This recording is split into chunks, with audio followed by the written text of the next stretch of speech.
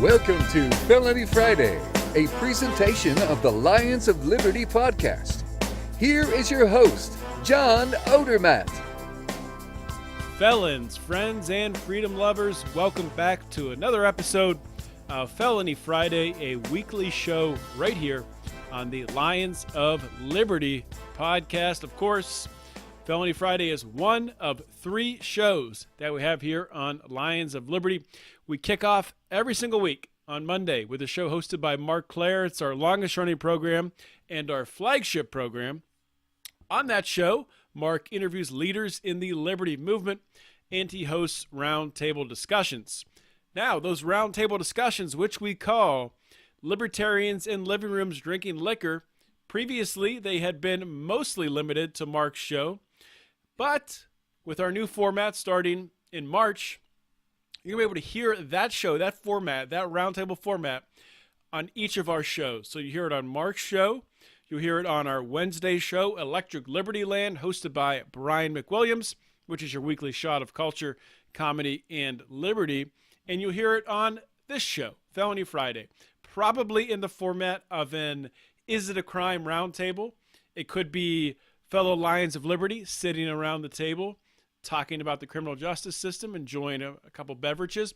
It could be people from outside the Lions of Liberty, maybe people in the Liberty movement, maybe some criminal justice activists talking about things that are happening while they enjoy a beverage of their choice.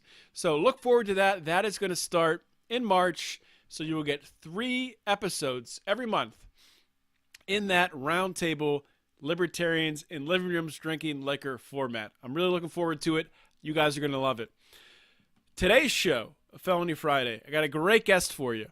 But before I introduce my guest, I just want to remind you the show notes page where you can find all about my guests. You can find the article we're going to talk about. It's going to be linked on the show notes page. You go to lionsofliberty.com/FF163 because this is episode 163 of Felony Friday. And also, I forgot to say before, if you like this show, if you like all of our shows, subscribe. Please go to wherever you get your podcast. You know, people who listen to this show typically listen to a lot of podcasts. So go on your podcast catcher and hit that subscribe button. Pound that button. What are you waiting for? Do it. And today's guest, great guest today. This is going to be an awesome, this is really today's topic. I think it's misunderstood for sure in society, and it's one of the topics that really only libertarians get right. But it's still very important to talk about. And a story like today's, I think, highlights, gives good ammunition for libertarians to share with their friends about really just how egregious government overreach with good intentions can really damage innocent people who are just going about their daily lives. So today's guest is Elizabeth Nolan Brown.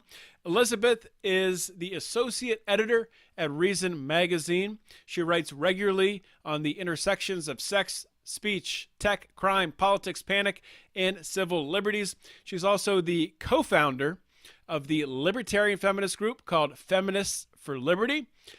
Since starting at Reason in 2014, Brown has won multiple awards for writing on the U.S. government's war on sex.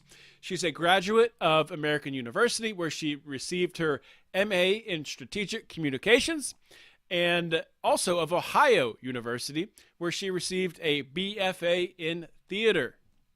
Elizabeth, welcome to Felony Friday. Thanks for having me on. Well, thanks for coming on the show, and I reached out to you a couple weeks ago. One of your articles on Reason.com that I read titled, "Are You a Woman Traveling Alone? Marriott Might Be Watching You." And, if that title doesn't get you to read the article, I'm not sure what will. So good job with that. But I definitely want to dig into that and everything behind that because I think it's pretty interesting and pretty scary at the same time, obviously. But before we do that, just so my audience can get to know you and get to know really what makes you tick, if you could just share what sparked that, what ignited that flame within you to get you to really pursue the ideas of liberty and to want to write about things like this? Yeah. So I mean, I've always been very interested in politics, I mean, broadly speaking, and when I was in high school, I guess I thought I was a Democrat, but I thought I was too liberal for the Democrats because I didn't agree with them on, this was the 90s, revealing my age, because, I didn't agree with them on things like the drug war and foreign policy and marriage equality and things like that. And I didn't really think about economic issues. And I didn't know what libertarianism was. So I kind of just went through college thinking I didn't have a political sort of, tribe or anything at all. And right out of college, I was just starting my first job at a newspaper. And I went to an IHS, Institute for Humane Studies seminar. They put on seminars for students and recent graduates, and teach them just sort of basic principles about classical liberalism and libertarianism. And I they gave us a free subscription to Reason magazine there. I got a sort of crash course in libertarianism in a week, and it was like, oh my gosh, this is actually what I am. This is what I've been thinking all along. There's actually a sort of, a coherent philosophy around this sort of way that I've thought about politics and didn't know that there was a way for. So since then, I realized I was a libertarian. That conference I went to was in DC, and I really kind of decided I wanted to come here and be involved in professional liberty movement things here. And that was a long time ago. That was 2005. But finally, and I was in DC and I was doing things adjacent to it. But finally in 2014, I started at Reason magazine. So I've been there for about 5 years now. And I was really excited to get to start working there because it's just been sort of a long time dream of mine to be able to, That's awesome. It's one of the biggest, only libertarian publications. So yeah, as a libertarian, so you were a libertarian before the Ron Paul moment that did bring in a lot of people. Before. So what was it like for you to sort of see that change? Because obviously the it hasn't blown up as much as we would like it to, obviously, but I think it's grown quite a bit since probably you were first exposed to the ideas. Yeah, no, that's really interesting because I feel like everyone just a little bit younger than me, when I would talk to them, they would be like, oh, I got involved because of the Ron Paul movement. And then usually because of student groups like Students for Liberty or Young Americans for Liberty, none of which were around when I was in college.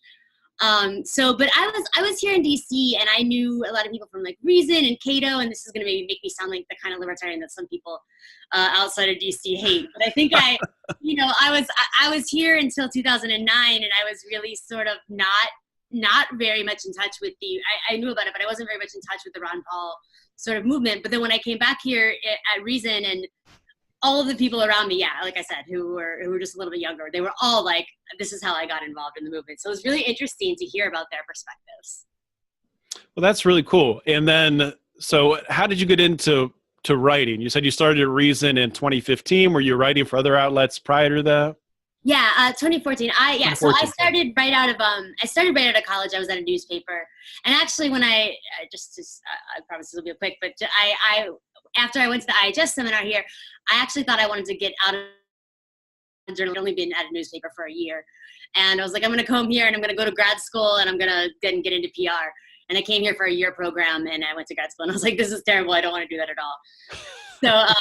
But this was right in the recession, and the only journalism job I could find, and the best paying one, was at the AARP.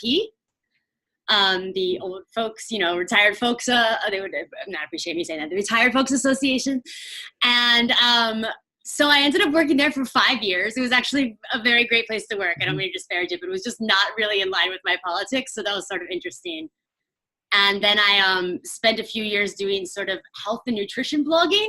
Okay. And then I started at Reason. But the thing is that on the side, as I was doing all these other projects, all these, my professional journalism was not involved in libertarian things.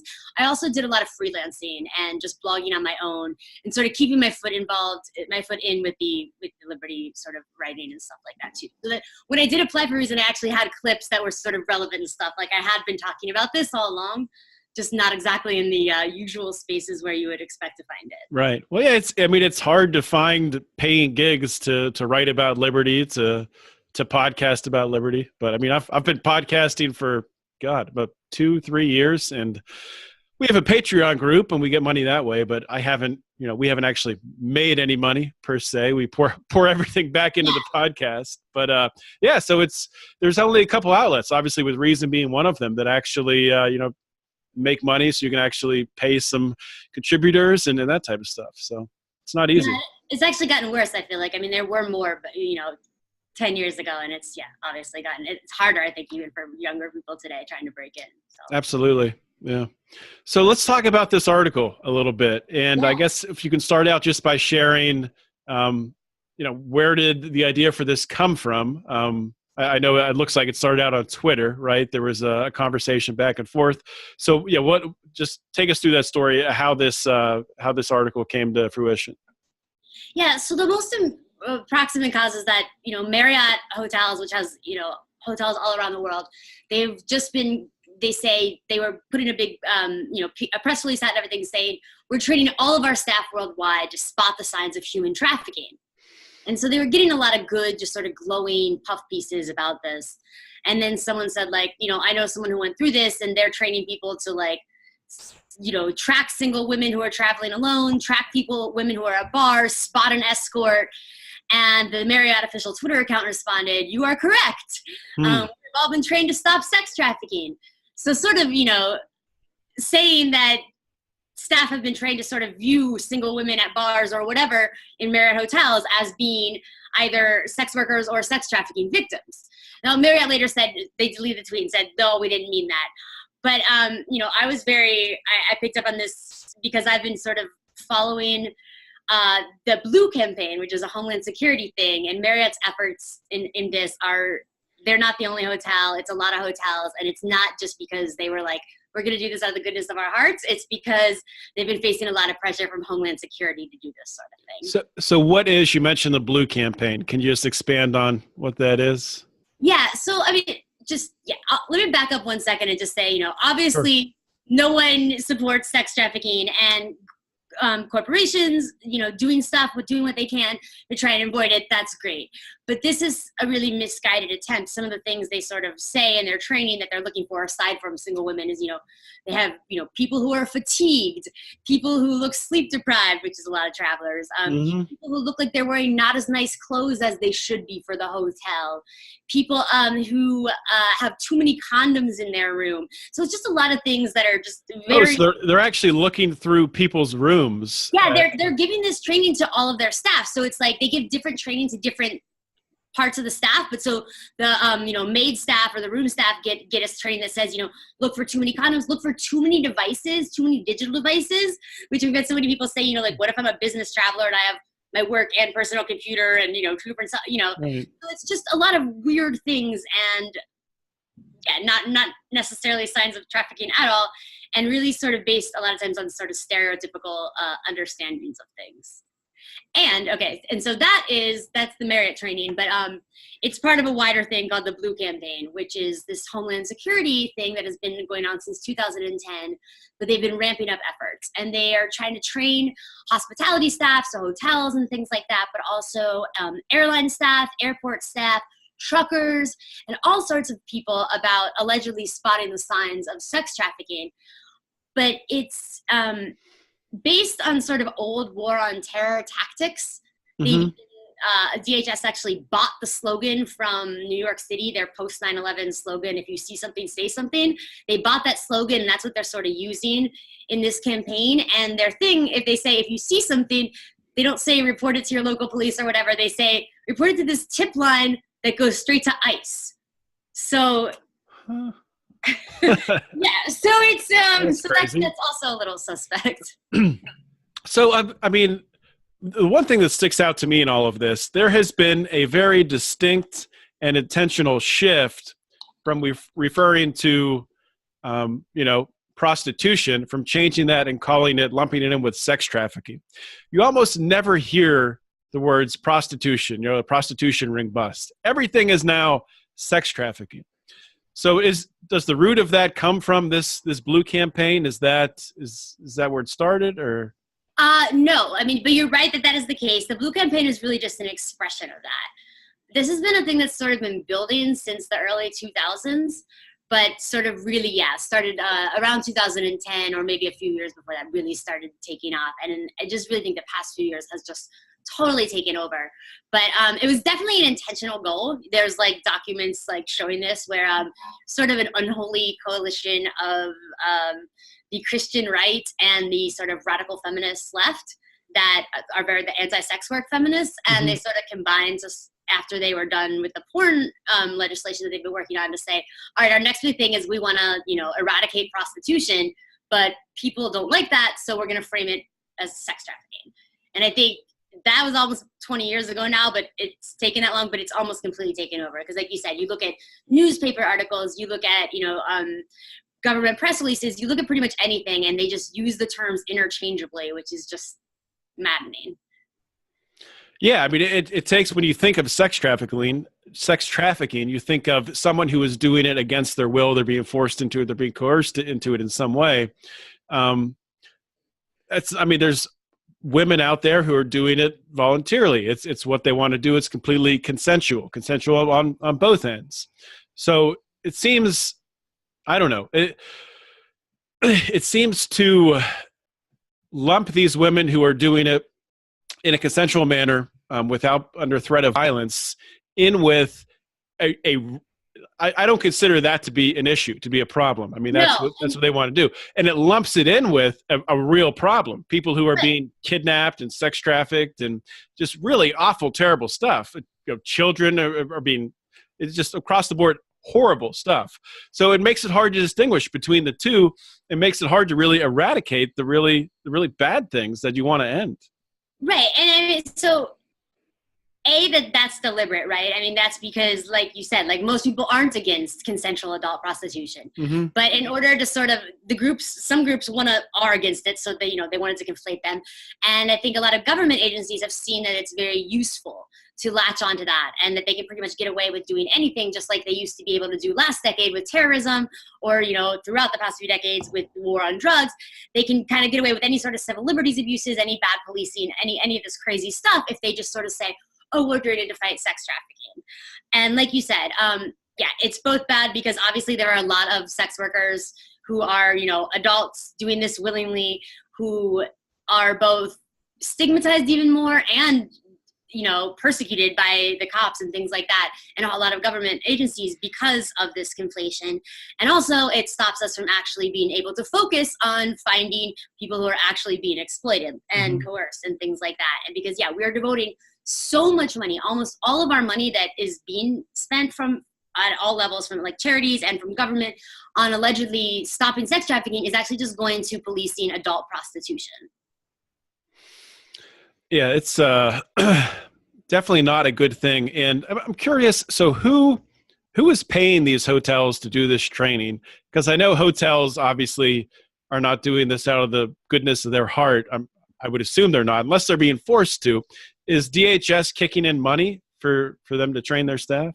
So here's the thing, for Marriott, it's a very good corporate social responsibility is what they keep throwing that term around. It's like that, it's an initiative like that. Like it obviously gets them a lot of good PR.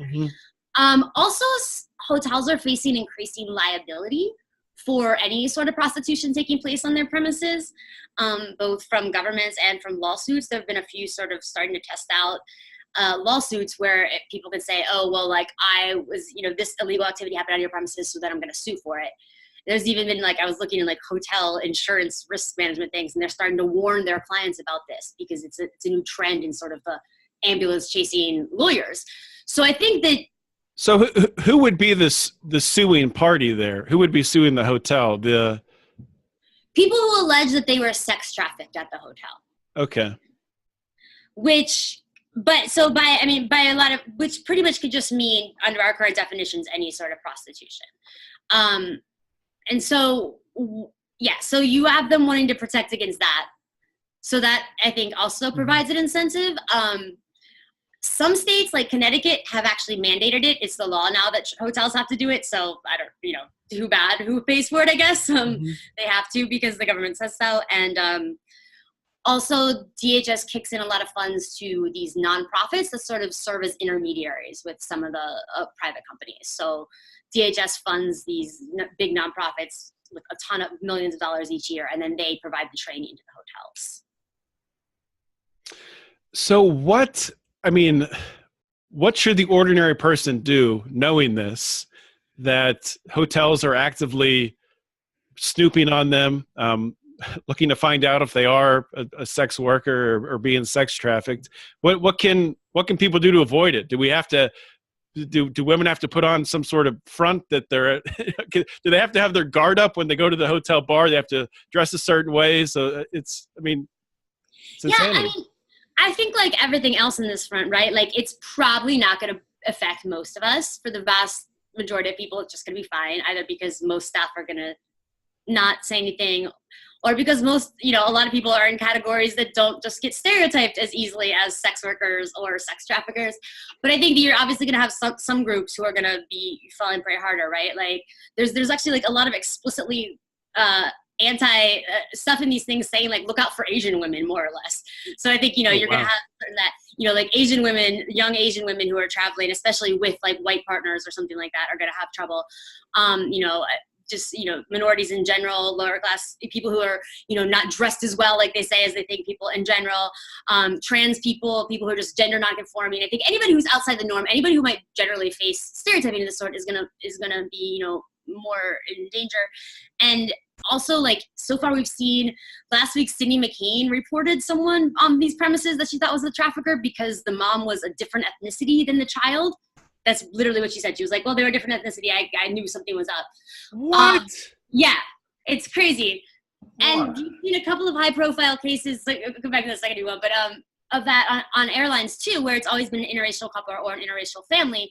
So I think, and especially if there's a dad there with like a teenage daughter or something too. Mm-hmm. So I think that there's certain people who, this is gonna end up winding up with a lot of harassment for, and I don't know how they can stop it, unfortunately. Yeah, it's really interesting because DHS, the TSA, the TSA tries not to single people out based on race or ethnicity or nationality. At least they say that openly, right? But then this other program, the Blue Campaign under DHS, also is doing that openly. Right, because they say, this is an alleged sign of sex trafficking, though. So they, so they sort of justify it in that way. I think, I was talking to someone about this earlier this week too, and I think she was like, so what are the real signs? What can we really know to stop sex trafficking in public? And I'm like, I think the thing you need to know is that you're not really going to just see it in public. Like, as much as that's the whole premise of these crazy campaigns, because they want everyone to be sort of spying on their fellow citizens and reporting things to ICE and DHS. But I mean, what really is the case more often is not these sort of crazy situations where someone is outright abducted and then held against their will and they need someone to rescue them. It's more things where people are in these bad circumstances where they don't really have any other options, and so sometimes they get caught up in exploitative situations that they can't get out of. Like we see so many times, it's like runaway teenagers, often from foster care, who don't have anywhere else to go. You see it's people who are in domestic violence situations or who are have drug problems or things like that. So or it's immigrants who they're being coerced because they're now undocumented, they've overstayed their visas and someone has control over them that way. It's things like that. And so what these people need isn't, random people in public to stop and spot them. It's more support for like the services that can help them get out of this, which is the stuff we're not funding. We're funding stings, we're funding cops, we're funding these crazy spying programs, but we're not funding things like shelters and, programs that actually help with material needs and education and training and things that could actually make a difference in people's lives, I think. Yeah, these people need help. And rather than really as a society, and I'm not even talking about through a government program, but any way you can help.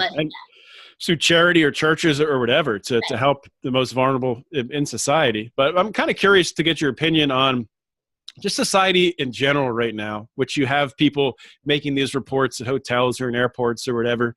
And it seems like just across the board, even like in neighborhoods, neighbors are so quick. If they hear someone playing their music too loud, they'll call the police. If they see something suspicious or something. Yeah. Just exactly. You hear all these, So, I mean, how really positive are you about the future prospects of liberty right now in this country? We see so much evidence around us all the time of people that just are so quick to to go to the authority, to tell on someone, to tell on their neighbor, tell on somebody who's supposed to be their friend, who's living amongst them, rather than just go talk to them. Yeah. I mean, I think it's part of because, you know, we all are more sort of isolated from our neighbors than before. We move a lot more. So it's like people don't trust their community members as much. And so they want to call it an outside authority. But I also think that it's not, I mean, that's definitely something people who do it are responsible for, their own actions. But I feel like, you know, there's so many campaigns at the government level and at you know, in other interests that are sort of invested in keeping people fearful like this. Because, you know, of all the great things that we could do if we were just sort of, you know, doing voluntary efforts together and not having to go to the government or some sort of benevolent, you know, charity funded by the government or whatever for things, if we were just sort of doing community action, like that sort of cuts out the need for a lot of these programs that have built up, you know, millions and billions of dollars in funding to keep existing and keep perpetuating their existence. So I think what we see with the Blue campaign and a lot of things like this is, like sort of concerted efforts to keep people afraid so that they're not working on how they can help people at the local level. They're instead, you know, reporting their neighbor to ICE.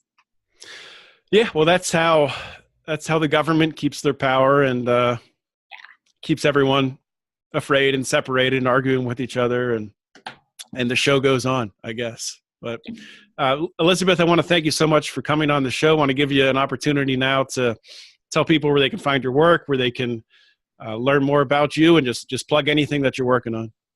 Yeah, you should visit reason.com. That's where I'm an associate editor. You should find me on Twitter at ENBrown. And I'm also the president of a libertarian feminist group called Feminists for Liberty. We're just getting on our feet. So you should find us at feministsforliberty.com or on Twitter at feministliberty. All right. Well, thank you so much for coming on the show. Thank you very much for having me. Thank you all so much for listening to today's episode of Felony Friday with Elizabeth Nolan Brown. Really enjoyed getting to talk with Elizabeth, getting to talk about her journey to liberty and about this very, very important subject. And I want to encourage you. I think this is a great topic, a great subject to share with your non-libertarian friends. Anytime there's government overreach that is so obviously absurd as Homeland Security instructing hotels to watch single women or women who are with women who are alone, men who are with younger women, possibly their daughter, especially they highlight if they're a different race. This is profiling. This is so out of bounds. And if people on the left especially are not sympathetic to this, then I don't know what to tell you. So share it up, and I appreciate you guys watching, of course. And as always, guys, we appreciate our Patreons, the people who are, I say our Patreons, our patrons who support us through Patreon. And if you want to join, if you want to help out, if you want to pitch us $5, $10, $15 a month, you can go to lionsofliberty.com/Patreon. There's a bunch of perks we give you. I won't go through them here. You guys probably, if you're listening to this show, you can probably read. So you can read it on the website right there. And that's it. I'm going to keep it short today.